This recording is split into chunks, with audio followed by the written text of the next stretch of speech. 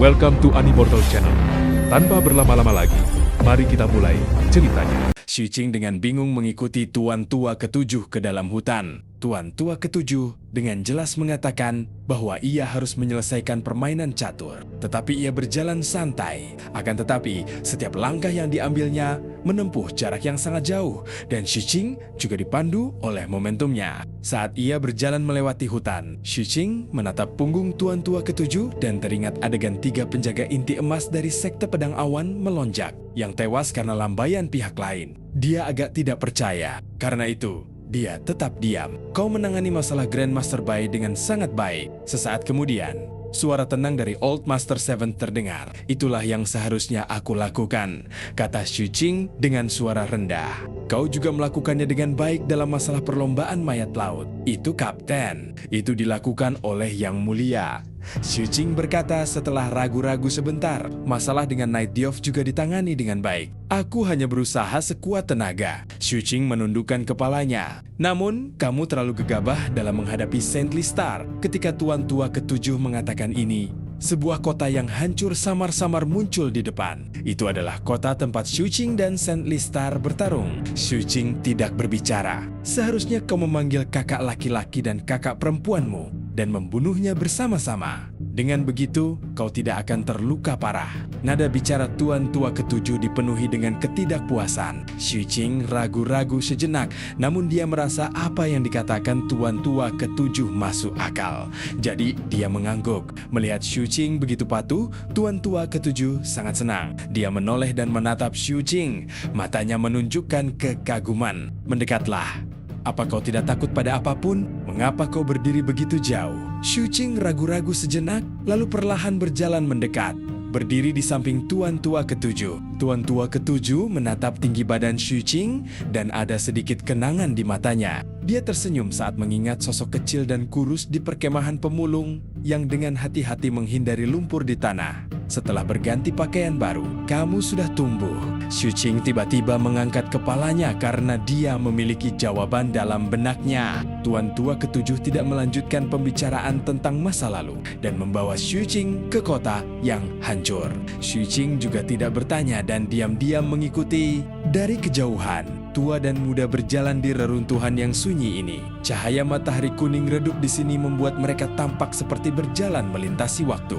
Ini adalah kota kuno yang telah menyaksikan sejarah dan terkubur di dalamnya. Suara Tuan Tua Ketujuh bergema di kota kuno ini, membawa sedikit nuansa keabadian. Xu Qing menatap Tuan Tua Ketujuh dan menunggunya melanjutkan. Legenda mengatakan bahwa kota ini adalah kediaman putra mahkota tak tertandingi dari Kerajaan Hijau Ungu, yang dikenal sebagai orang paling berbakat nomor 1 di umat manusia.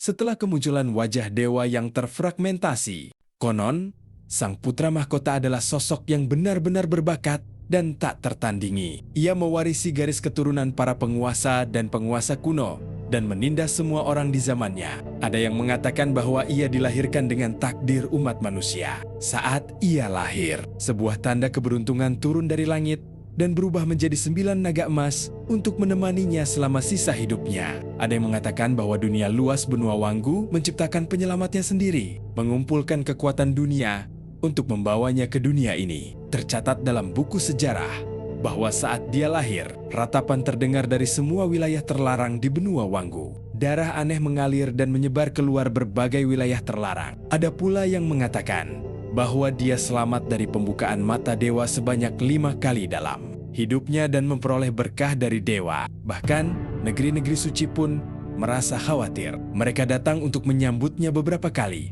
tetapi ia menolaknya. Namun, manusia yang tak tertandingi itu akhirnya tewas dalam pertempuran di tanah kerajaan Ungu Hijau. Konon, semua orang yang terlibat dalam pembunuhan saat itu adalah orang-orang yang sangat kuat. Ketika Xu Qing mendengar ini, emosinya berfluktuasi. Masalah ini sedikit berbeda dari apa yang dia pahami tentang kerajaan Ungu Hijau. Apa yang dia ketahui adalah bahwa 8 keluarga telah memberontak dan menggulingkan garis keturunan kerajaan. Sejak saat itu, Ungu Hijau menghilang dan digantikan oleh 8 keluarga Bumi Ungu. Melihat ekspresi Xu Qing, Tuan Tua Ketujuh tersenyum. Yang aku bicarakan bukan tentang Purple Green dari benua Nanhuang, melainkan Purple Green yang tersembunyi dalam sejarah kerajaan Purple Green, yang memiliki kemampuan untuk benar-benar menguasai benua Wanggu setelah Mystic Nether. Sayang sekali hanya sedikit orang yang mengetahuinya sekarang. Semua ras, termasuk ras manusia, baik atas inisiatif mereka sendiri maupun secara pasif, memilih untuk menghapus catatan tentang kerajaan besar ini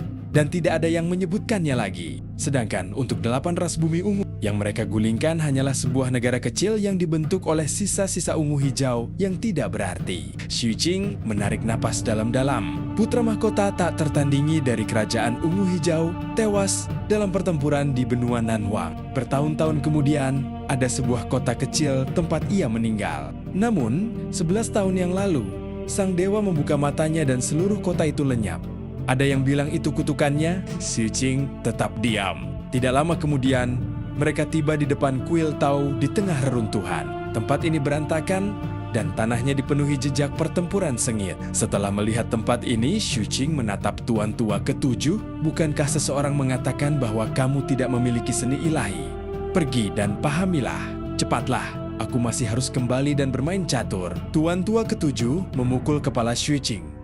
Jantung Xu Qing berdebar kencang. Kalimat ini diucapkan oleh bintang suci saat bertarung dengannya. Xu Qing melirik tuan tua ketujuh dan mengangguk saat dia berjalan memasuki kuil Tau. Dia kemudian duduk bersila dan diam-diam menatap patung itu. Beberapa lama kemudian, dia berdiri dan menatap tuan tua ketujuh di luar.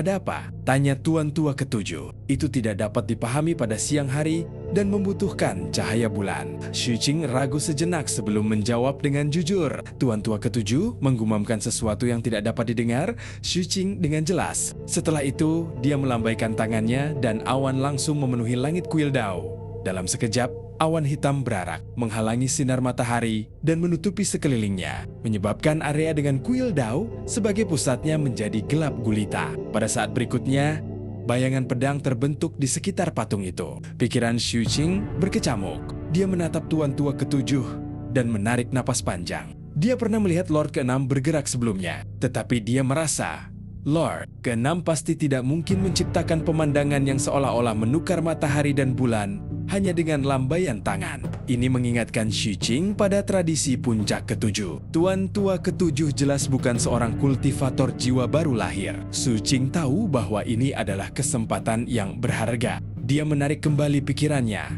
dan menatap bayangan pedang di sekitar patung itu, dan perlahan-lahan sebuah pedang surgawi ilusi berwarna ungu muncul di atas kepalanya. Dia mulai mengerti. Selagi dia memahaminya, tuan tua ketujuh berdiri di luar kuil Dao dan menatap medan perang di sekitarnya sambil bergumam. Dia memang memiliki sedikit seni dan mantra suci, tapi memiliki banyak hal lain-lain. Meskipun taktik pertempurannya masih belum matang, itu sudah cukup bagus mengingat usianya. Begitulah, waktu terus berlalu. Di laut terlarang, cahaya pedang menjulang tinggi ke langit. Aliran chi pedang bersiul ke arah Seven Blood Eyes. Kemarahan dan niat membunuh leluhur awan melonjak memenuhi udara. Para pengikut sekte pedang awan melonjak di belakangnya juga mengikuti dengan aura ganas. Di dalam Phoenix Forbidden, suasananya benar-benar damai. Malam pun tiba. Pemahaman Xu Qing berlanjut. Cahaya bulan yang dilepaskan oleh tuan tua ketujuh bahkan lebih terang di malam hari, menyebabkan munculnya bayangan pedang jauh lebih sering daripada sebelumnya. Selain itu, bayangan itu jauh lebih jelas di mata Xu Qing. Kecepatan pemahamannya sungguh mencengangkan. Bayangan pedang ungu di atas kepalanya dengan cepat mengembun dari 10% menjadi 50%, 60%, 70%. Ketika malam berlalu dan pagi tiba, seluruh tubuh Xu Qing bergetar.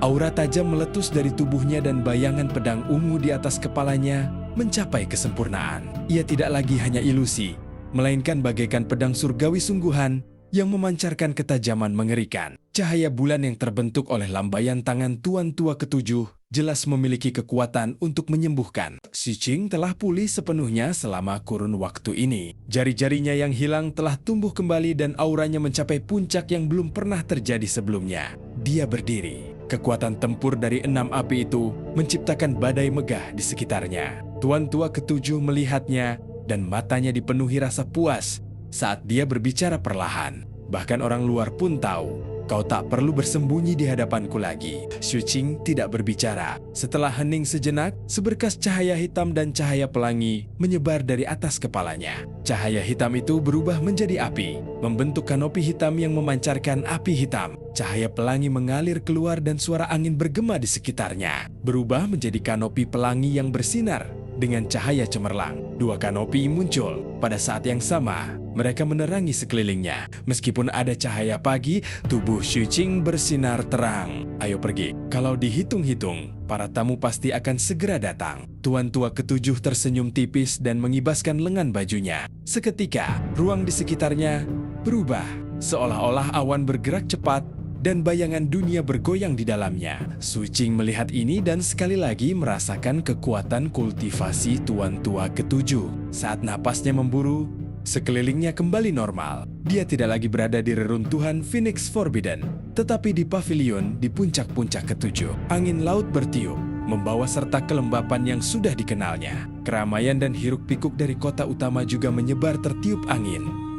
Seolah-olah banyak orang berbisik-bisik. Adegan ini membuat Xu Qing merasa sedikit linglung, terutama karena di depannya, selain tuan tua ketujuh, ada sosok yang dikenalnya. Pihak lainnya mengenakan jubah abu-abu dan tampak setengah baya. Dia tersenyum saat berdiri dari samping papan catur. Xu Qing mengenali orang ini. Dialah orang yang memberinya token di perkemahan pemulung saat itu. Tuan tua ketujuh. Pelayan berpakaian abu-abu itu pertama-tama membungkuk kepada tuan tua ketujuh sebelum mengangguk ke arah Xu Qing. Apakah para tamu sudah datang? Tatapan tuan tua ketujuh tertuju pada papan catur. Mereka hampir sampai, kata pelayan itu dengan hormat.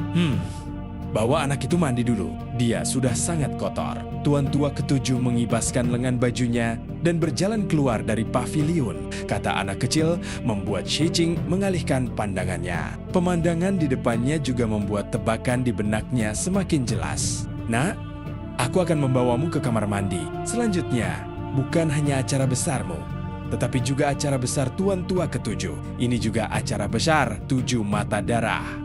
Kata pelayan itu penuh arti dan menyerahkan selembar batu giok kepada Xu Qing.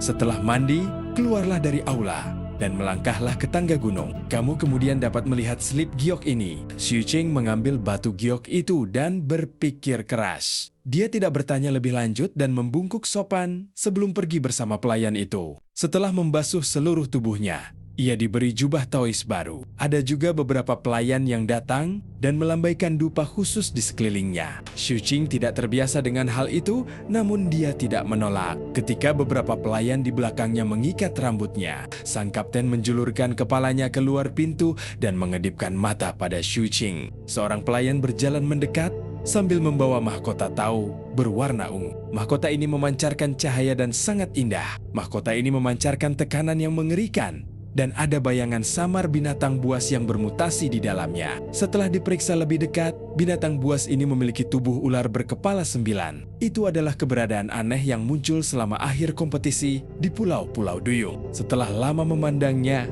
orang akan merasa seolah-olah mendengar auman binatang buas. Sungguh mistis dan luar biasa. Sial.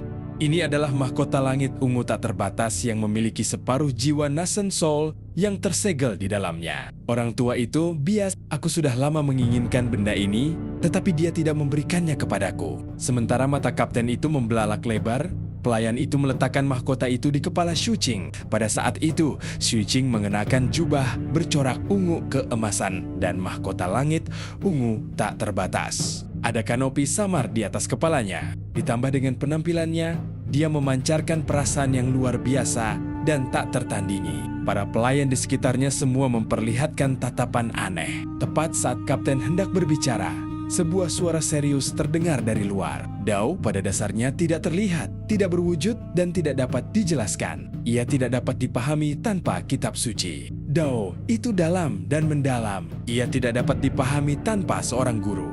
Hari ini puncak ketujuhku akan memberikan diau dan ajaran kepada Xu Qing. Jadi kami di sini untuk melapor kepada leluhur. Suara khidmat itu menyebar di angkasa. Suara ini diucapkan dengan nada yang berbeda dari biasanya. Itu seperti sebuah ode yang menyebar ke seluruh dunia. Kata-katanya kuno dan isinya elegan, seperti melaporkan ke langit dan bumi Bahkan kapten yang berada di samping pintu pun memiliki ekspresi serius yang belum pernah terjadi sebelumnya. Dia tidak lagi mengedipkan mata pada Xu Qing dan berjalan keluar. Hari ini, sang kapten tidak lagi mengenakan jubah Taois abu-abu, melainkan jubah Taois ungu dengan pola emas yang persis sama dengan milik Xu Qing. Jubah Tao mereka sekilas tampak mirip dengan milik para pengikut puncak ketujuh. Tetapi pada kenyataannya, ada perbedaan besar. Kapten berdiri di pintu, tatapannya menjadi dalam saat dia menatap Xu Qing dan berbicara dengan tenang. Xu Qing, ikutlah denganku. Mulai sekarang, aku akan menjadi pelindungmu. Sang kapten belum pernah berbicara seperti ini sebelumnya. Tidak hanya ekspresinya yang serius,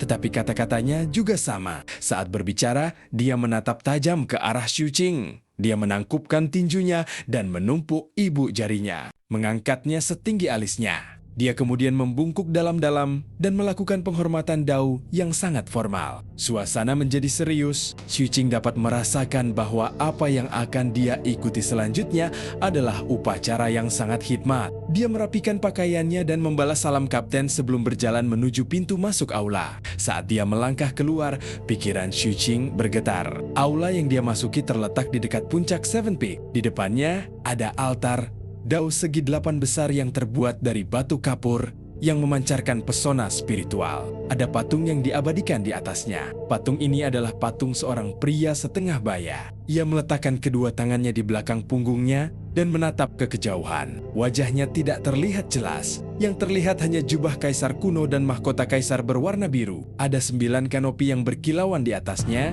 dan cinaga menyelimuti tubuhnya. Dia memandang dunia dari atas dan auranya melahap gunung dan sungai. Hanya patung itu saja yang memiliki aura yang menggemparkan dunia, menyebabkan pupil mata Xu Qing menyempit. Namun, dia segera menarik kembali pikirannya dan melihat sekeliling altar Dao. Di sekitar altar, Xu Qing melihat sedikitnya 1000 pengikut Seven Blood Eyes, ada pria dan wanita, tua dan muda di antara para pengikut ini. Semuanya memasang ekspresi serius dan mengenakan jubah Tao ungu yang tampaknya sudah lama tidak digunakan. Sedangkan di bagian depan altar Dao, terdapat tangga batu putih dengan pola naga. Total ada 90 anak tangga. Di atas anak tangga itu ada aula besar yang memancarkan cahaya ungu. Dan niat yang besar tempat itu adalah aula tertinggi di puncak ketujuh. Awan dan kabut masih menyelimuti aula. Seekor Pterosaurus hitam besar terbang di antara awan. Kilatan petir mengikuti gerakannya dan bergemuruh ke segala arah.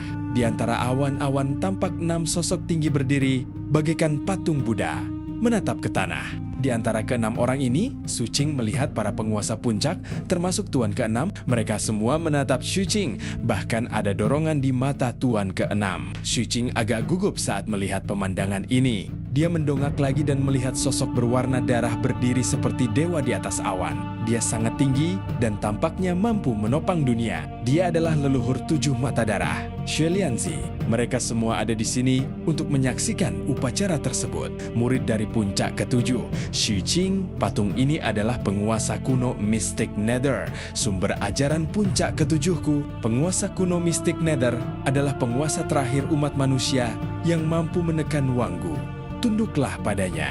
Kapten berdiri di samping Xu Qing dan menatap lurus ke arah patung di altar Dao. Dia berbicara dengan sungguh-sungguh dan suaranya menyebar ke segala arah. Xu Qing menundukkan kepalanya, menangkupkan tinjunya, dan membungkuk dalam-dalam kepada patung penguasa kuno itu. Saat dia mengangkat kepalanya, kapten dan semua murid puncak ketujuh di sekitar altar Dao menundukkan kepala mereka dan membungkuk serempak kepada patung penguasa kuno itu. Gerakan mereka seragam dan aura mereka menakjubkan. Ekspresi Xu Qing menjadi lebih serius. Dia mengikuti kapten dan berjalan maju di bawah tatapan murid-murid puncak ketujuh di sekitarnya. Pada saat ini, suara kapten terdengar. Kultivasi kita melawan langit. Dunia Agung Wanggu memiliki 9 langit dan 10 daratan. Jadi, puncak ketujuh kita menyiapkan 90 anak tangga. Naiki anak tangga itu dan buktikan bahwa kamu bisa melewati 9 langit dan menginjak 10 daratan. Xu Qing naik tangga. Suara sang kapten bergema seperti auman naga. Xu Qing dengan khidmat mengangkat kakinya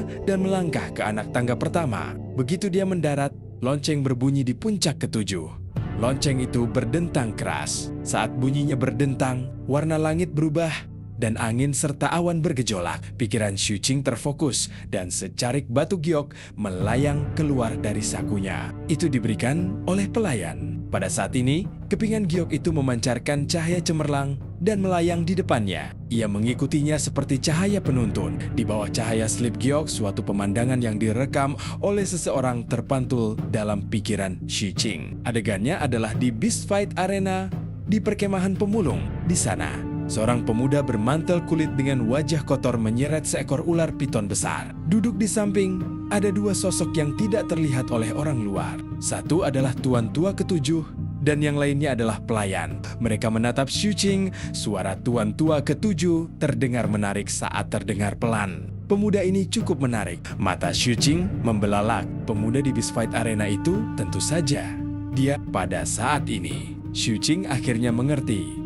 mengapa dia datang ke Devon Blood Ice belakangan. Ini adalah pemandangan yang disebabkan oleh takdir. Saat hati Xu Qing bergetar, tanpa sadar dia melewati 8 anak tangga dan tiba di anak tangga ke-9. Lonceng puncak ke-7 berbunyi untuk kedua kalinya. Lembaran giok di hadapan Xu Qing bersinar ketika pemandangan lain muncul dalam pikiran Xu Qing. Di atap di samping, Tuan Tua Ketujuh duduk di sana dengan kekaguman di matanya. Teman kecil yang menarik. Napas Xu Qing menjadi sedikit kasar. Dia mengerti, sepenuhnya mengerti, ketika lonceng ketiga, keempat, kelima, dan keenam berbunyi satu demi satu. Xu Qing sudah berjalan sangat jauh. Bunyi lonceng itu semakin keras dan megah, seperti pemandangan dalam benaknya. Setiap pemandangan menimbulkan gelombang yang semakin besar dalam benaknya. Adegan ketiga adalah saat dia mengenakan pakaian baru dan dengan hati-hati menghindari lumpur. Tuan Tua Ketujuh penasaran mengapa dia mengganti pakaiannya. Di adegan keempat, dia membunuh Fat Mountain dan terhuyung-huyung di bawah sinar bulan setelah diracun. Tuan Tua Ketujuh yang sedang menonton dari atap tertawa. Adegan kelima memperlihatkan Grandmaster B. Tuan Tua Ketujuh mengatakan sesuatu sebelum meninggalkan tenda Grandmaster B. Grandmaster B, jika kamu benar-benar berpikir bahwa anak itu memiliki bakat yang menjanjikan, maka berikanlah sedikit pengetahuan kepadanya. Biarkan dia memiliki kesempatan untuk menjadi seorang sarjana dengan kultivasi di Seven Blood Ice. Adegan ke-6 adalah setelah Kapten Lei Grandmaster Bai dan gadis kecil itu pergi satu persatu. Xu Qing sendirian di rumah diam-diam menyatu dengan kegelapan. Saat dia diselimuti oleh kesepian, Tuan Tua Ketujuh berbicara dengan lembut di luar pintu rumahnya. Berikan dia token putih. Tubuh Xu Qing bergetar. Sebelumnya dia sudah menduga banyak hal. Tetapi sekarang, setelah dia mengerti alasannya, dia mengangkat kepalanya dan melihat ke puncak gunung. Lonceng ke-7 berbunyi. Kemudian diikuti oleh lonceng ke-8 dan ke-9.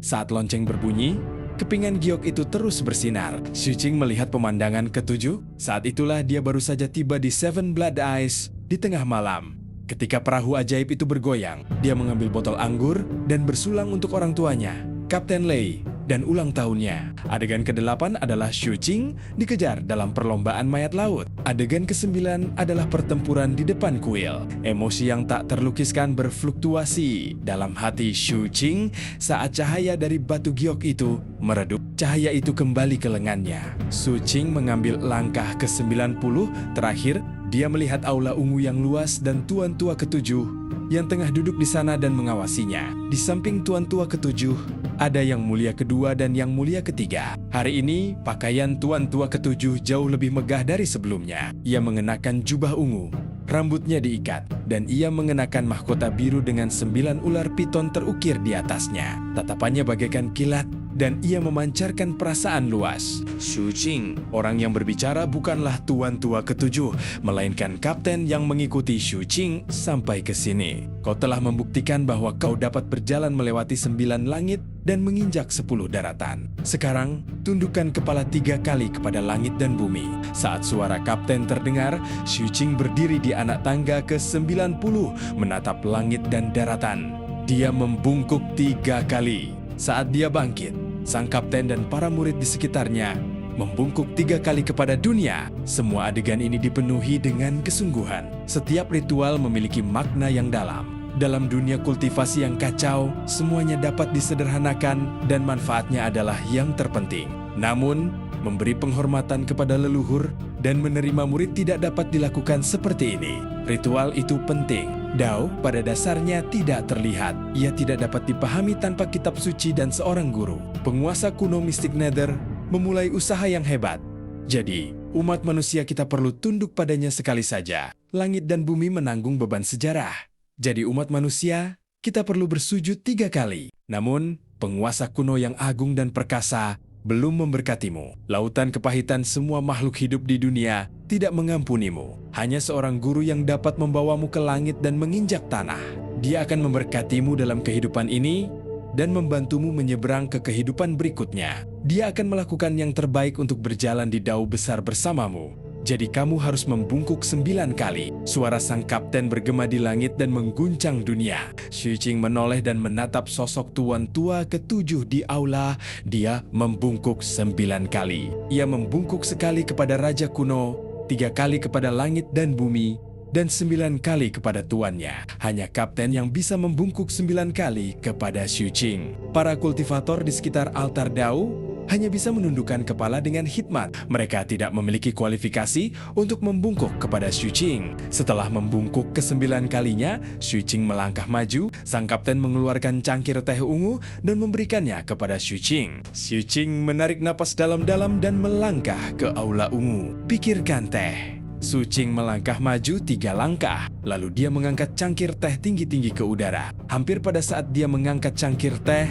angin dan awan tiba-tiba melonjak di langit luar. Orang bisa merasakan pedang Qi yang mengerikan di kejauhan, membawa serta warna darah. Itu seperti tangan besar berwarna darah yang ingin menutupi langit saat mendekati 7 mata darah. Sekte pedang awan melonjak telah tiba. Suara yang mengandung niat membunuh tak berujung menyebar ke setiap inci sekte 7 mata darah. Dari lautan Qi pedang, Xue Lianzi, serahkan bajingan Xu Qing itu. Niat membunuh meluap ke langit di luar 7 mata darah. Di puncak ke-7 mata darah, suasana masih tenang. Ekspresi para penguasa puncak di langit tampak tenang. Xu Qing mendengar suara gemuruh dari luar formasi susunan. Dia tidak menoleh, tetapi terus menundukkan kepala dan mengangkat cangkir teh di tangannya tinggi-tinggi. Tuan tua ke-7 yang duduk tegak juga tidak melihat ke dunia luar. Seolah-olah dia tidak peduli dengan segala hal di luar. Satu-satunya hal yang dia pedulikan adalah murid yang sedang menjalani setengah dari upacara magang ini.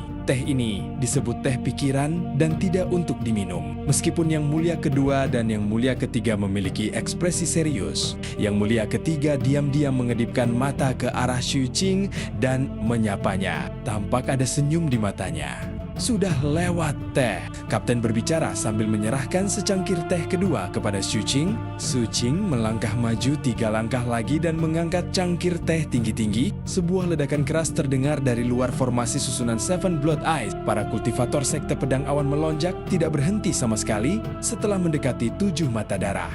Satu demi satu, energi pedang meletus lebih kuat, berubah menjadi cahaya menyilaukan yang melesat ke arah 7 mata darah. Pertahanan formasi susunan Seven Blood Eyes diaktifkan, menghalangi Qi pedang yang tak terhitung jumlahnya. Dalam sekejap, dunia berguncang saat suara gemuruh bergema di 7 gunung. Formasi susunan Seven Blood Eyes jelas berbeda dari sebelumnya. Pada saat ini, tampaknya telah sepenuhnya mengusir otoritas Seven Sex Alliance dan mendaftarkan Soaring Cloud Sword Sect sebagai musuh. Para penguasa puncak Seven Blood Eyes masih tidak peduli. Ekspresi mereka membuat para murid dari berbagai puncak menjadi tenang dan terus menyaksikan upacara di Seventh Peak. Di aula ungu puncak ke-7, tuan tua ke-7 mengabaikan dunia luar dan melambaikan tangannya untuk mengambil cangkir teh kedua. Secangkir teh kedua ini disebut pasti. Satu teguk menandakan bahwa sang guru telah setuju untuk menerima orang tersebut sebagai murid. Old Master Seventh mengambilnya dan menyesapnya sebelum menaruhnya di atas meja. Teh iman,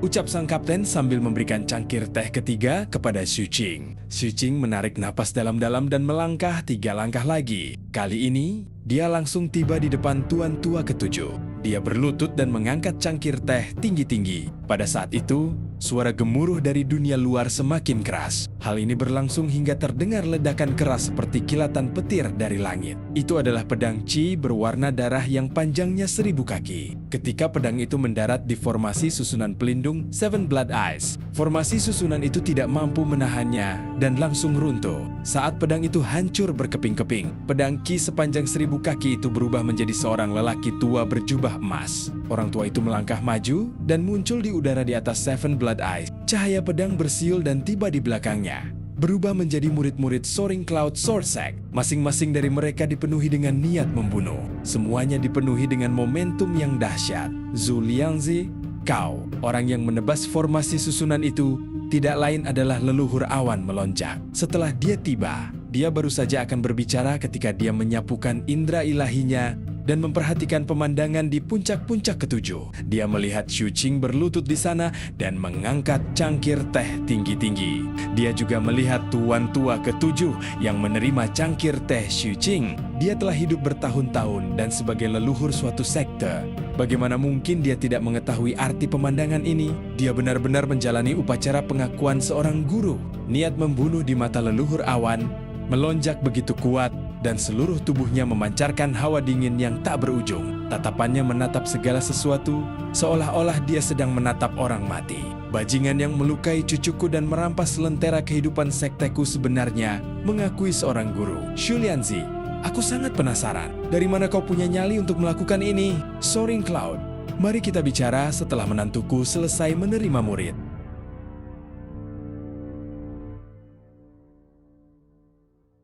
Xu Lianzi berkata dengan tenang sambil tersenyum palsu. Ekspresi keenam penguasa puncak di awan tenang tanpa kepanikan. Adegan ini membuat mata Soaring Cloud menyipit sedikit dan hatinya tenggelam. Perasaan yang diberikan Seven Blood Eyes kepadanya hari ini sangat berbeda dari apa yang diingatnya. Di aula ungu puncak ketujuh, meskipun tekanan dari dunia luar mengguncang bumi, tuan tua ketujuh tetap tidak melihatnya. Setelah menerima cangkir teh Xu Qing, dia menatap Xu Qing. Di bawah tatapan semua orang dari 7 mata darah dan niat membunuh dari dunia luar, dia perlahan berbicara. Nak, ritual hanyalah ritual. Aku hanya ingin bertanya pada hatimu, apakah kau sungguh-sungguh bersedia menjadi muridku? Xu Qing mengangkat kepalanya dan menatap mata tuan tua ketujuh sambil berbicara lembut. Tuan tua ketujuh tertawa keras. Baiklah, muridku, jika kau tidak pergi, aku tidak akan meninggalkanmu. Sambil berbicara, dia mencelupkan ibu jari dan jari telunjuk tangan kanannya ke dalam teh dan mengibaskannya pelan ke tubuh Xu Qing. Saat teh berceceran, upacara magang pun selesai. Lonceng itu kembali berbunyi. Kali ini, bukan hanya lonceng puncak ketujuh saja yang berbunyi, tetapi lonceng di ketujuh puncak lainnya juga berbunyi bersamaan. Suaranya seakan mengguncang segalanya. Hari ini, aku telah menerima murid keempatku. Ini adalah kesempatan yang menggembirakan.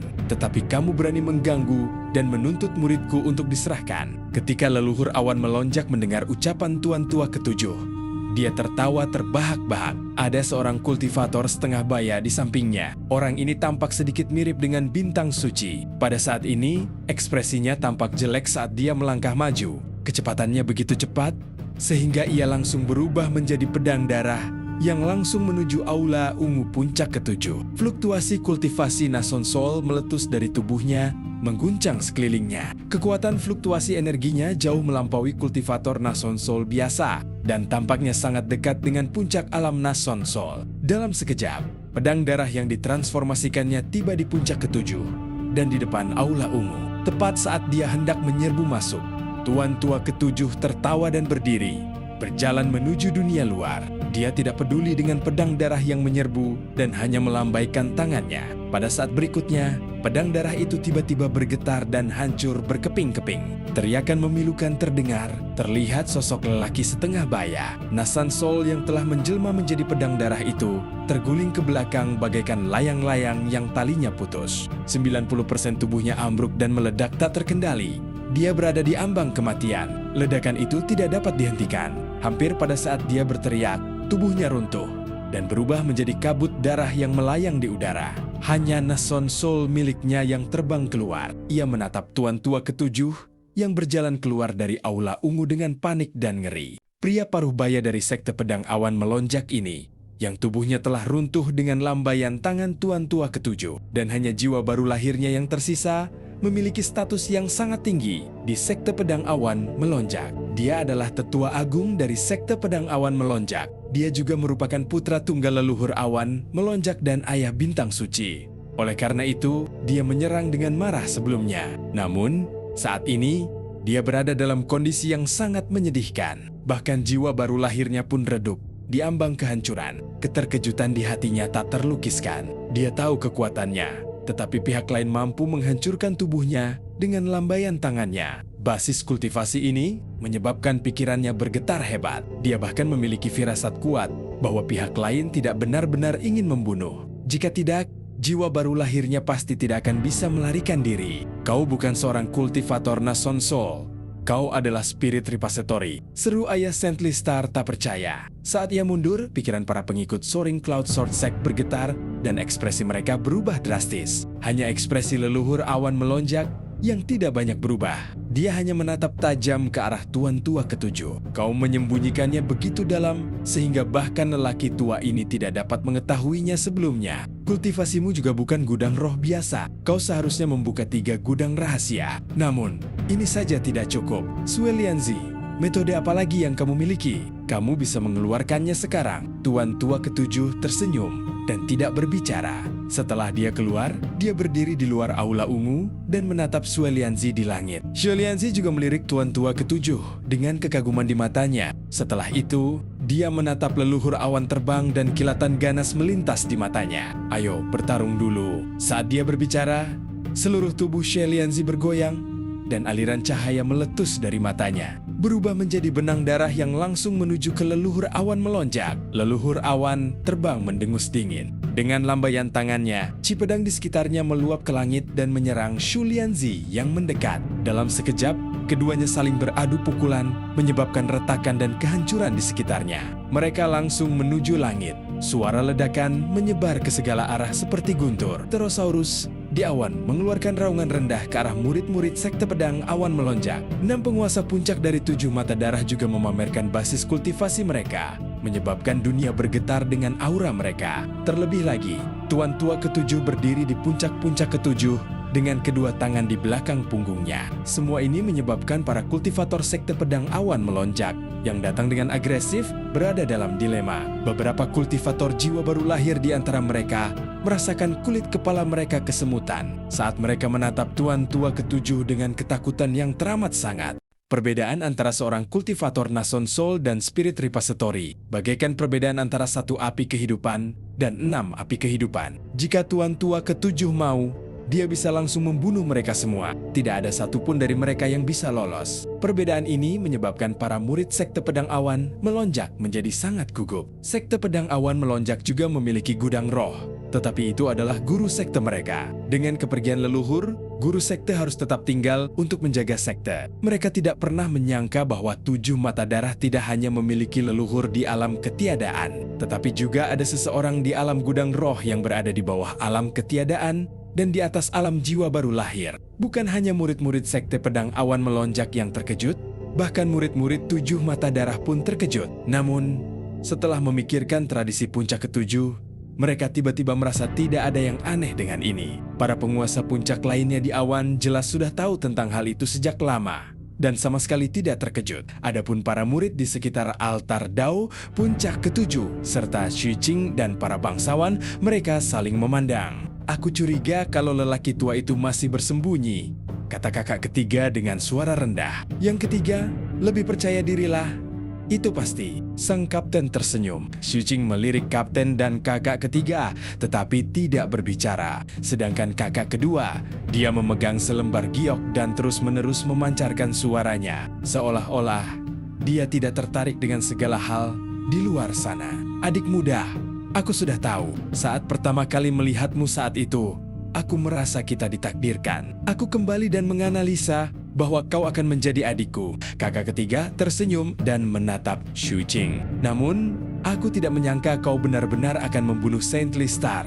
Kau harus tahu bahwa ketika Aliansi 7 Sekte melakukan tantangan, para petinggi dari puncak lainnya mungkin tidak memberikan segalanya. Tetapi puncak pertama mengerahkan seluruh kemampuan mereka. Itulah sebabnya Aku mengirim pacar-pacar duyung kesayanganku untuk menemui leluhur mereka di hadapanmu saat itu, kata kakak ketiga sambil tersenyum. Sang kapten menyaksikan ini dengan senyum palsu. Ia tahu bahwa Surt bukanlah tipe orang yang suka mengatakan hal-hal yang tidak berguna. Ini jelas untuk meredakan hubungannya dengan Xu Qing. Xu Qing melirik kakak laki-lakinya yang ketiga. Adegan saat pihak lain dengan lembut menghancurkan kepala wanita duyung di pelabuhan muncul di benaknya. Saat itu, dia merasa bahwa kakak laki-laki ketiga ini berbahaya. Sekarang setelah dia melihatnya lagi, rasa bahayanya masih sama. Namun, dalam pertarungan hidup dan mati, aku seharusnya bisa bertahan hidup. Xu Qing menimbang untung ruginya dalam benaknya dan menangkupkan tinjunya. Hadiah pertemuan. Kakak ketiga masih tersenyum. Dia mengeluarkan seikat tiket batu roh dan memasukkannya ke tangan Xu Qing. Setelah itu, dia berbicara dengan lembut. Dulu di luar pulau kadal laut, kamu belum menjadi adik laki-lakiku, jadi aku mengejarmu hanya untuk bersenang-senang. Adik laki-laki, jangan pedulikan itu. Anggap saja aku berutang budi padamu. Xu Qing melirik kakak laki-laki ketiganya. Dulu, ketika dia melarikan diri keluar pulau kadal laut, dia menjadi sasaran dan dikejar oleh banyak aura. Meskipun dia tidak melihat siapa orang-orang itu dari awal hingga akhir. Dia samar-samar merasa bahwa sikap kakak ketiganya belakangan tidak benar. Dan dia memiliki beberapa keraguan. Saat ini, pihak lain langsung menunjukkannya dan Xu Qing sedikit terkejut. Dia mengambil tiket roh dan meliriknya. Jumlahnya total 500.000 batu roh yang cukup tulus. Karena itu, dia mengangguk dan menyimpannya. Melihat Xu Qing menyimpan tiket roh, kakak senior ketiga menghela napas lega dalam hati. Dia sangat menghargai suasana puncak ketujuh. Yang terpenting, dia merasa bahwa adik junior kecil ini adalah tipe orang yang jika kamu tidak membunuhnya dalam satu kali percobaan, akan menghantuimu selama sisa hidupnya. Dia tidak ingin memprovokasi orang seperti itu. Dia akan melanjutkan bicaranya. Namun, pada saat ini, suara gemuruh yang memekakkan telinga terdengar dari langit, menyebabkan bumi berguncang. Fluktuasi energi berbentuk sisik ikan menyebar ke segala arah di langit. Xu Lianzi, kamu mendekati kematian. Semua orang langsung mendongak. Pedang Qi memenuhi langit, seolah-olah ingin membelah langit. Pedang itu membawa kekuatan penghancur yang begitu dahsyat sehingga Xu Qing merasakan sakit yang menusuk di matanya. Saat melihat pedang itu, terutama saat melihat tangan layu yang familiar di langit. Tangan ini seperti tangan dewa, mengandung keilahian yang mengerikan. Fluktuasi energinya tampaknya mengubah hukum, menyebabkan bayangan kabur muncul di sekitarnya. Mereka seperti orang bijak ilusi, bermanifestasi di tangan yang layu ini dan memperkuatnya. Tampaknya ia mampu mencabut bintang-bintang dan menghancurkan dunia saat ia mencengkeram kekosongan. Kehampaan itu hancur lapis demi lapis dan langit berubah menjadi lautan darah. Diiringi suara gumaman bayangan yang kabur, sebuah kekuatan penekan muncul. Pupil mata Xu Qing mengecil. Xu Lianzi berubah menjadi benang-benang darah yang tak terhitung jumlahnya. Benang-benang itu sama menakjubkannya dan memancarkan kejahatan yang tak tertandingi. Dia bagaikan iblis ganas yang tak pernah mati. Bahkan jika para orang bijak turun dan lautan pedang menindasnya, mereka tetap tidak berdaya melawan kebiadabannya. Saat tawa menyeramkan bergema, benang-benang darah yang tak terhitung jumlahnya yang seperti ular darah, menyeramkan yang dapat melahap gunung dan sungai muncul. Kemanapun mereka lewat, ki pedang akan runtuh dan bayangan pedang akan hancur. Akhirnya, mereka membentuk kepala ular naga ganas yang menghantam dengan keras ke arah tangan yang layu itu. Tabrakan dahsyat itu mengguncang angkasa dan langit. Tangan yang layu itu runtuh dan leluhur awan melonjak mundur. Kepala yang dibentuk oleh benang-benang darah yang tak terhitung jumlahnya juga mundur dan berubah menjadi sosok Xu Lianzi. Matanya dipenuhi dengan niat membunuh saat dia tertawa keras. Dawe Soaring Cloud, usiamu 1000 tahun lebih tua dariku, tapi kau tidak ada apa-apanya. Para kultivator dari sekte yang lebih rendah pada akhirnya akan ditekan. Xu Lianzi, orang tua ini akan memberimu satu kesempatan terakhir. Serahkan Xu Qing dan kembalikan lentera kehidupan dan ikuti perintah aliansi 7 sekte. 7 mata darahmu bisa seperti sebelumnya, dan aliansi 7 sekte tidak akan terlalu ikut campur. Kilatan dingin memenuhi mata leluhur awan melonjak. Ia mengangkat tangan kanannya dan melakukan serangkaian segel tangan menunjuk ke depan. Seketika, lautan darah di langit bergemuruh dan bayangan kabur pohon darah terbentuk samar-samar. Ini adalah harta karun sihir terlarang dari Sekte Pedang Awan Melonjak. Meskipun tidak dalam bentuk aslinya, dengan otoritas leluhur awan melonjak, kekuatan proyeksi yang digunakannya sama menakjubkannya. Tidak terlalu banyak gangguan, Shu Lianzi tertawa keras. Selama ribuan tahun, 60% dari keuntungan tahunan sekte kami telah diserahkan kepada aliansi. Setiap kelompok murid pilihan surga harus dikirim kepadamu. Mereka harus tunduk kepadamu atau dikirim ke tempat-tempat berbahaya untuk mati. Semua seni kultivasi sekte aku adalah seni kultivasi sekunder dari sekte kamu dan mengandung kelemahan fatal. Jika kita memperoleh seni kultivasi baru, kamu akan mengambilnya. Kewenangan aliansimu dalam formasi susunan sekteku melampaui wewenang kami. Jika kau tidak puas dengan salah satu penguasa puncak sekteku, mereka akan segera dirotasi dan kelangsungan hidup mereka tidak pasti. Saat Zhu Lianzi berbicara, para murid dari 7 puncak gunung terdiam. Mereka semua terengah-engah saat kilatan tajam muncul di mata mereka. Leluhur awan melonjak mengerutkan kening. Saat minum air, jangan lupakan mereka yang menggali sumur. Pada tahap awal Seven Blood Ace, 7 sekte aliansi menyumbangkan sumber daya dan murid untuk membangunnya. Baru saat itulah Seven Blood Ace kamu berkembang lebih jauh. Sekarang setelah sayap kamu tumbuh, kamu ingin tidak tahu berterima kasih. Shu Lianzi tertawa lagi. Ada nada yang tidak masuk akal dalam tawanya. Ada rasa syukur. Kamu benar dalam hal itu. Pertempuran di Corpse Forbidden 3000 tahun yang lalu. Pertempuran di Soul Stream 2700 tahun yang lalu. Pertempuran dengan Cloud Race 2000 tahun yang lalu. Pertempuran dengan Heart Soul Race 1700 tahun yang lalu. Sejauh ini, Seven Blood Eyes milikku telah berjuang untuk Seven Sex Alliance-mu lebih dari 600 kali. Ada banyak sekali korban dan tulang-tulang sekte kita yang tersebar di seluruh dunia. Penguburan para murid yang meninggal dan pil obat untuk para murid yang terluka. Apakah aliansi 7 sekte kalian berkontribusi sedikit pun dalam hal ini? Setiap kali sekte aku akan makmur, sekte aku akan mengalami kemunduran dalam beberapa perang, dan keuntungan dari perang itu sangat sedikit. Dalam beberapa ribu tahun terakhir, sekte kami telah menghadapi bahaya pemusnahan sebanyak 79 kali. Apakah aliansi 7 sekte kamu pernah membantu kami sekalipun? Leluhur sekte kami telah meminta bantuan berkali-kali. Bahkan, leluhur generasi ketiga bahkan berlutut di depan aliansi dan memohon bantuan. Apakah kalian pernah peduli? Setiap kali, para leluhur dari 7 mata darahku yang bekerja keras dan tekun untuk memulihkan luka mereka secara perlahan. Begitu sekte sedikit membaik, aliansimu akan merotasi mereka hanya dengan mengirimkan dekret. Mungkinkah para murid Seven Blood Eyes-ku tidak memiliki nyawa dan harus mati untukmu? Hanya agar kalian bisa duduk santai dan menikmati hasil kerja keras kami? Soaring Cloud, aku, Zhu Lianzi, ingin bertanya kepada Seven Sex Alliance-mu dan dunia ini. Apakah 7 mata darahku belum cukup memberikan rasa terima kasih ini? Bukankah 7 mata darahku telah melunasi rasa terima kasih ini? Mungkinkah rasa terima kasih ini ingin 7 mata darahku menjadi budak dari generasi ke generasi dan membalasnya sampai kita binasa? Suara Shu Lianzi bagaikan bunyi lonceng besar bergema di seluruh dunia, menyebabkan 7 puncak gunung, 7 mata darah berdengung dan bergetar. Ekspresi leluhur awan melonjak dingin. Bukannya dia tidak mengerti masalah 7 mata darah, tetapi manfaat menentukan pendiriannya. Karena itu, dia berbicara dengan tenang. Tidak perlu banyak bicara.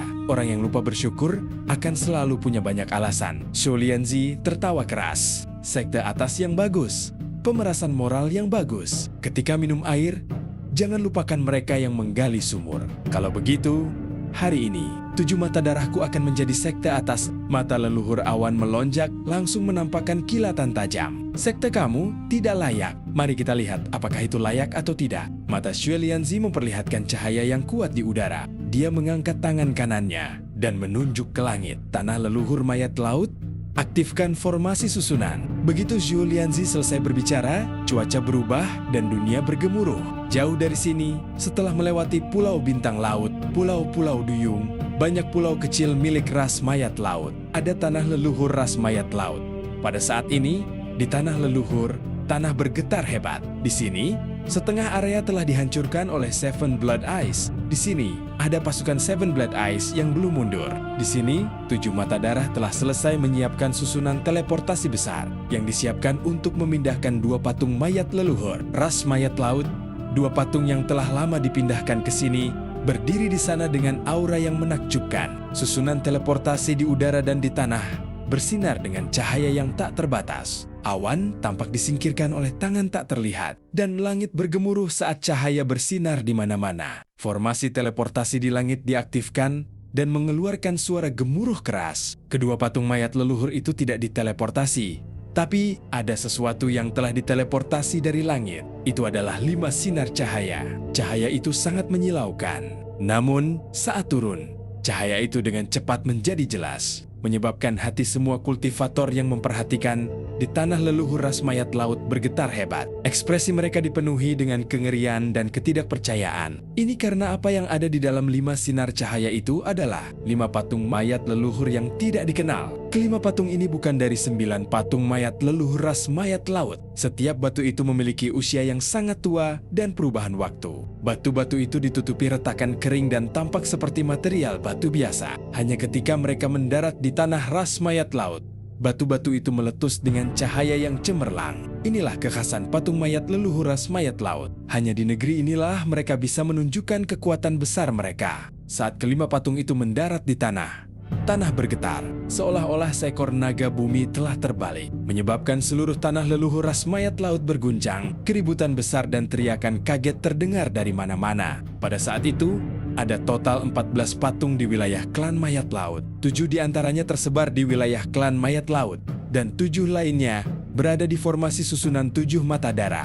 Formasi susunan itu bergemuruh dan beroperasi dengan gila-gilaan. 7 patung ini bersinar dengan cahaya yang mengerikan. Masing-masing dari mereka meletus dengan fluktuasi yang mengguncang bumi, seperti 7 sumber daya yang sangat besar. Saat aura mereka membumbung tinggi ke langit, 7 pusaran besar berwarna darah muncul di atas 7 patung itu. Itu adalah 7 mata. Ketujuh mata ini semuanya tertutup. Tetapi kemunculan mereka menyebabkan tsunami dahsyat muncul di laut terlarang. Semua ras non-manusia dan binatang laut gemetar ketakutan. Ini karena aura ini adalah harta karun ajaib. Selain itu, ini bukan harta karun ajaib biasa, tetapi sangat dekat dengan tabu. Ketika aura dahsyat tak tertandingi itu melonjak keluar dengan hebatnya di atas 7 mata yang tertutup, di tengah gelombang angin dan awan, sebuah cermin perunggu kuno yang panjangnya ratusan ribu kaki muncul. Cermin ini berdiri di langit dan berputar perlahan ke segala arah. Cermin ini menerangi provinsi Yinghuang di utara, 7 mata darah di selatan, kaisar mayat terlarang di timur, dan laut tak berujung di barat. Segala sesuatu di sekitarnya berada dalam jangkauannya. Dimanapun cahaya bersinar, makhluk di area itu merasakan sesak napas dan ketakutan. Aura tabu tiba-tiba meletus dari cermin saat 7 patung mayat leluhur mengirimkan kekuatan mereka. 7 mata darah, harta karun sihir tabu, telah terbentuk. Laut terlarang menjadi waspada dan ekspresi berbagai kekuatan berubah. Yang pertama, bereaksi adalah aliansi 7 sekte. Ada pria dan wanita di antara mereka, tetapi sebagian besar wajah mereka kabur dan tidak dapat dilihat dengan jelas. Satu-satunya yang terlihat jelas adalah cahaya tajam yang dipancarkan oleh mata mereka. 7 mata darah, mereka benar-benar menciptakan sebuah tabu. Sue Lianzi, rencanamu sangat dalam dan tidak bisa diremehkan. Keenam tokoh ini adalah nenek moyang 6 sekte senat, aliansi 7 sekte. Saat indera ketuhanan mereka saling berkomunikasi, mereka naik ke udara pada saat yang sama dan melangkah di langit, lalu menghilang seketika. Tujuan mereka tak lain adalah ras mayat laut. Dalam sekejap, sosok mereka muncul di udara di atas ras mayat laut. Saat cermin perunggu kuno yang besar itu berputar, hati mereka bergetar saat merasakan kekuatan mengerikan dari harta sihir tabu ini. Saat harta sihir apapun naik ke tingkat tabu, harta itu akan mengalami transformasi mistis dan melahirkan kemampuan aneh. Kemampuan ini menentukan seberapa mengerikan tabu itu. Penghakiman. Ini sebenarnya adalah penghakiman hidup dan mati. Begitu cermin ini terkunci pada target dan diaktifkan, ada kemungkinan 10% bahwa orang yang dipantulkan akan langsung mati. Karena badan cermin ini dapat digunakan dari jarak yang sangat jauh. Meskipun kemungkinannya 10%, ada 7 mata di atasnya yang berarti dapat diaktifkan 7 kali berturut-turut.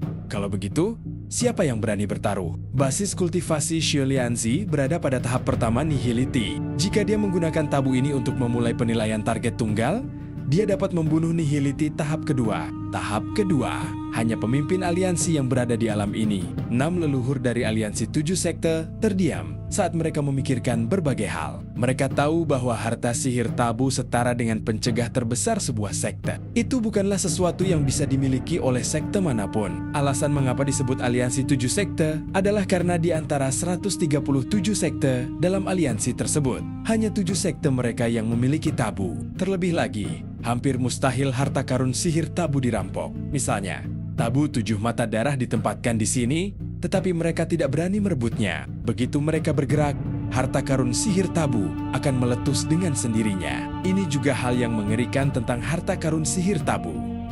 Mereka memiliki roh harta karun. Tabu 7 mata darah ini bahkan lebih istimewa. Ia menggunakan 7 patung mayat leluhur sebagai sumber kekuatannya. Begitu ketujuh mata yang tertutup itu terbuka, orang bisa membayangkan betapa mengerikan kekuatannya. Oleh karena itu, setelah mengamati sejenak, ke-6 leluhur aliansi 7 sekte saling memandang dan melakukan segel tangan. Membentuk teleportasi jarak sangat jauh. Mereka langsung menghilang dan langsung menuju ke 7 mata darah. Pada saat yang sama, berbagai kekuatan di Provinsi Yinghuang Benua Wanggu semuanya menggunakan berbagai metode untuk melihat 7 mata darah. Mereka sangat jelas bahwa situasi aliansi 7 sekte akan segera berubah. Situasi benua Wanggu juga akan berubah karena ini. Badai sedang datang. Mengenai wilayah klan Sea Corps, semua orang di klan Sea Corps gemetar karena putus asa. Adapun murid-murid Seven Blood Eyes yang menjaga tempat ini, mata mereka menunjukkan kegembiraan. Pada saat itu, orang yang paling terkejut karena ekspresinya berubah drastis dan napasnya menjadi tergesa-gesa adalah leluhur awan melonjak di udara di atas 7 mata darah. Dahinya dipenuhi keringat. Rasa terkejut di hatinya tak dapat disembunyikan dan tampak di wajahnya. Dia menatap tajam ke arah Sea Corps Race. Meskipun dia tidak dapat melihat pemandangan di sana, dia dapat dengan jelas merasakan bahwa dia telah terkunci. Seolah-olah Xue Lianzi hanya membutuhkan satu pikiran untuk mengirimnya ke dalam malapetaka hidup dan mati. Dengan kunci ini dia hampir seketika mengerti bahaya yang dihadapinya. Penghakiman hidup dan mati. 7 kali. Penghakiman hidup dan mati. Napas leluhur awan melonjak terenggengga dan matanya merah. Dia menatap Xue Lianzi dengan ekspresi rumit. Sekarang, apakah 7 mata darahku layak menjadi sekte atas? Xue Lianzi bertanya dengan tenang. Leluhur awan melonjak membuka mulutnya dan ingin mengatakan sesuatu. Tetapi dia tidak tahu harus berkata apa. Dia sekarang telah menyadari semua rencana strategis 7 mata darah. Sebelumnya, Seven Blood Eyes tampak bertarung melawan ras Sea Corps. Namun pada kenyataannya, menghancurkan ras Sea Corps bukanlah tujuan mereka sama sekali. Seven Blood Eyes memiliki 2 tujuan. Salah satunya adalah untuk membuka jalan menuju benua Wanggu. Sebuah jalan muncul di benak leluhur awan terbang, dengan 7 mata darah sebagai titik pertama. Titik kedua adalah ras Duyung. Titik ketiga adalah pulau-pulau kecil dari ras mayat laut. Dan titik keempat adalah pulau utama dari ras mayat laut. Tempat itu sudah sangat dekat dengan aliansi 7 sekte benua Wanggu. Ini adalah garis geografis yang menghubungkan Seven Blood Eyes dan Seven Sex Alliance. Terlebih lagi, tindakan Seven Blood Eyes sangat logis. Alasan mengapa mereka menyerang ras Duyung adalah karena persaingan Seven Peak. Hal ini menarik perhatian ras Sea Corps. Xue Lianzi membuat terobosan dan bergegas masuk untuk melukai leluhur ras Sea Corps. Ini sebenarnya merupakan faktor kunci dalam kekalahan terakhir Sea Corps Race. Setelah itu, mereka secara alami menyerang ras mayat laut dan menaklukkan pulau-pulau kecil selangkah demi selangkah. Melangkah ke pulau utama, kelihatannya tidak ada cacat dan kekuatan yang terungkap tidak melebihi normal. Namun, tujuan ini masih ditemukan oleh aliansi 7 sekte. Oleh karena itu, mereka ikut campur dalam perang ras mayat laut, menyebabkan 7 mata darah tidak dapat melanjutkan. Selain itu, meskipun rencana utama aliansi 7 sekte adalah menghancurkan sekte urusan kecil dan menghancurkan bendungan yang menghalangi anak sungai-sungai pengayaan abadi, mereka tidak sepenuhnya mengabaikan 7 mata darah. Mereka berencana menyerang gunung untuk mengintimidasi harimau. Gunung itu adalah sekte urusan kecil dan harimau itu adalah 7 mata darah. Dengan cara ini, mereka akan mengajari 7 mata darah tempat mereka berada tanpa harus menumpahkan darah. Namun mereka tidak menyangka bahwa Seven Blood Eyes memiliki tujuan kedua. Terlebih lagi, Seven Blood Eyes menyembunyikan tujuan ini lebih dalam lagi. Tujuan ini begitu dalam sehingga kulit kepala leluhur awan melonjak terasa mati rasa. Dia bahkan merasa bahwa 7 mata darah sengaja membiarkan mereka menyadari tujuan pertama mereka. Tujuannya adalah untuk menyembunyikan gol kedua mereka. Ini tampaknya bukan gaya She Lianzi. Sasaran kedua dari Seven Blood Eyes adalah patung mayat leluhur dari ras mayat laut. Mereka ingin menggunakannya sebagai sumber daya untuk harta sihir mereka dan memajukannya ke tabu. Ada 2 prasyarat untuk ini. Salah satunya adalah bahwa Seven Blood Eyes harus memiliki metode untuk menggunakan patung mayat leluhur sebagai sumber kekuatan. Prasyarat kedua adalah 7 mata darah harus menemukan banyak patung mayat leluhur yang tersebar di luar terlebih dahulu. Jelas, 7 mata darah telah memenuhi kedua prasyarat ini. Bahkan, Seven Blood Eyes bahkan mempertimbangkan bahwa Seven Sex Alliance akan ikut campur pada saat kritis dan menghentikan perang. Oleh karena itu, semua kemarahan dan keengganan dalam negosiasi perang hanya memiliki satu tujuan, yaitu untuk menjamin bahwa mereka bisa mendapatkan setidaknya 2 patung mayat leluhur. Bahkan, setelah negosiasi dengan si Corpse Race selesai, Seven Blood Eyes masih tetap rendah. Meskipun para dewa dari Seven Sex Alliance datang untuk menantang dan merendahkan reputasi mereka, Seven Blood Eyes masih diam dan menunggu formasi susunan pada si Corpse Race. Secara nama, tujuan formasi susunan itu adalah untuk mengambil rampasan perang. Ini masuk akal. Namun pada kenyataannya, formasi susunan Seven Blood Eyes tidak dibangun untuk mengambil kedua patung tersebut, melainkan untuk mengirim 5 patung. Saat ke-5 patung itu dikirim, mereka memiliki total 7 patung mayat leluhur. Selain itu, karena mereka semua berada di tanah ras mayat laut, kekuatan patung-patung itu sepenuhnya aktif. Semuanya berjalan lancar. Jadi, ketika para murid aliansi datang untuk menantangmu, kalian sengaja menunjukkan kelemahan untuk membuat kami mati rasa. Sekarang, apa tujuanmu? Untuk menjadi mandiri di benua Wanggu. Leluhur awan terbang menggertakkan giginya dan berbicara dengan suara rendah. Shu Lianzi tidak menjawab pertanyaan pertama karena itu tidak penting lagi. Dia tersenyum dan menjawab dengan tenang. Aku sudah tua. Aku ingin menikmati masa tua aku di benua Wanggu. Aku juga berharap akan ada kursi tambahan di Senat Aliansi 7 Sekte. Leluhur awan terbang merasa sangat sedih. Namun, dibandingkan dengan masalah lentera kehidupan yang dirampas dan cucunya yang terluka parah, ambisi dan tekad yang muncul dari 7 mata darah lebih penting. Pada saat ini, seluruh Seven Blood Eyes sangat sunyi. Para murid tidak tahu detailnya, tetapi mereka dapat merasakan bahwa suasananya berbeda. Ketika mereka mendengar kata-kata leluhur, jantung mereka berdebar kencang dan segala macam tebakan muncul. Xu Qing mengangkat kepalanya dan menatap ke arah laut. Pada saat itu, dia samar-samar merasakan sesuatu. Tetapi itu samar-samar. Begitu ya?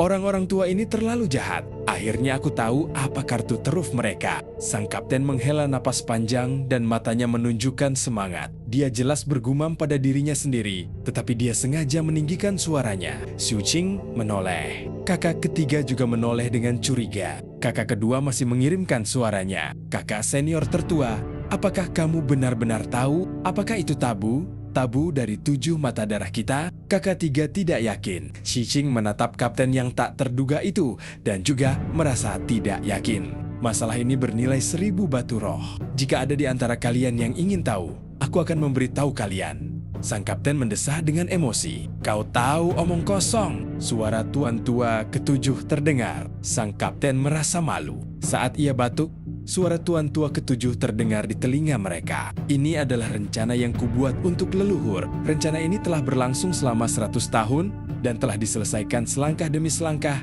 hingga sekarang. Kalian tidak perlu menebak. Saat ini, di wilayah klan mayat laut, ada harta karun sihir tabu milik 7 mata darah kita. Itu juga harta karun sihir tabu ke-8 di Aliansi 7 Sekte. Itu dapat mengendalikan kekuatan lain dan memastikan bahwa 7 mata darah dapat memasuki Wanggu dengan lancar. Mulai sekarang, nama Aliansi 7 Sekte juga akan berubah. Tuan tua ke-7 menoleh dan melirik keempat muridnya sambil tersenyum tipis. Apakah menurutmu nama Aliansi 8 Sekte terdengar lebih baik? Saat tuan tua ke-7 berbicara, warna langit berubah dan gelombang aura yang mengguncang sekeliling turun. 6 makhluk seperti dewa muncul di langit di sekitar Zhu Lianzi dan leluhur awan melonjak. Mereka adalah leluhur 6 sekte lain di Senat Aliansi 7 Sekte. Hampir pada saat mereka muncul, seorang wanita tua berjalan keluar dari Seven Blood Eyes dan terbang ke langit. Dia tiba dalam satu langkah dan berdiri di samping Shu Lianzi, tersenyum pada Seven Sex Alliance. Lama tak jumpa.